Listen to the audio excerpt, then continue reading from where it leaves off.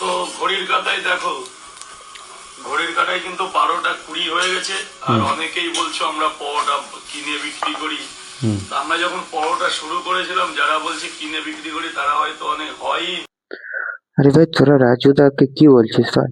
তোরা তখন হোশ নি ভাই, তখন থেকে ও রাজুদা পরোটা বিক্রি করছে আর তোরা কোথাও গাঁড় মারাচ্ছিলি ভাই। তোরা আজকে এসে বলছিস রাজুদা? তো অনেক কথা হচ্ছে, কিন্তু আমি চাইছিলাম না আমার এই এ রাজুদা কেস করেছো এতে। ভাই মানলাম শীতে একটু ঠান্ডা লাগবেই তো, না ওটা একটু গরম প্রাইভেট পার্ট, ঠিক আছে মেনে নিলাম।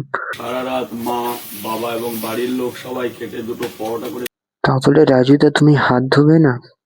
না হাত ধুয়ে? বাহ!